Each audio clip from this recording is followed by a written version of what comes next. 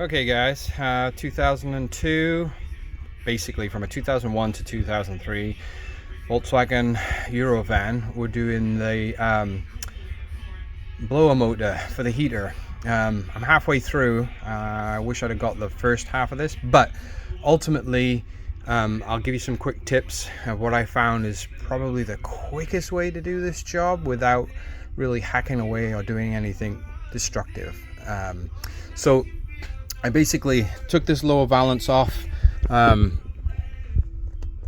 underneath just kind of pops off. 313mm bolts right here, and then this lower knee panel comes off. Then I removed the radio and the vent on this side. There is a screw here and then some push down clips, and then you can get the old vent out. The reason for that, it makes it a lot easier to get at the airbag 10mm bolts on this side, and the same on the opposite side. You know, kind of come up from underneath and in from the side. Then you can remove the airbag. You can disconnect it once it's out. Connections just hiding behind. So that. Then ultimately the fan is just right behind here. It will not come out there in one piece. So what I found is once I unscrewed it, I unscrewed the housing. Hey, I'll show you on what I've got down here in pieces on the floor. So the motor bolts in with a couple of 6mm. You basically pull it out, the fan's still attached, and this is in the dash when this is happening. But what it will allow you to do is once this cover is off, it gives you a little bit more room to wiggle this inside the dash, and then ultimately there's a little clip on the end of the blade there.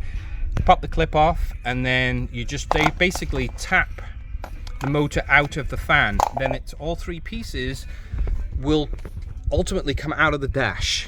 So I had the fan and the motor sitting up here after I got the back cover off, and then I was able to just knock the fan and the motor out of the fan blade itself, and then motor fell out, the fan blade came out, and then with the new one, it's slightly different motor manufacturer, but ultimately you can do exactly the same thing.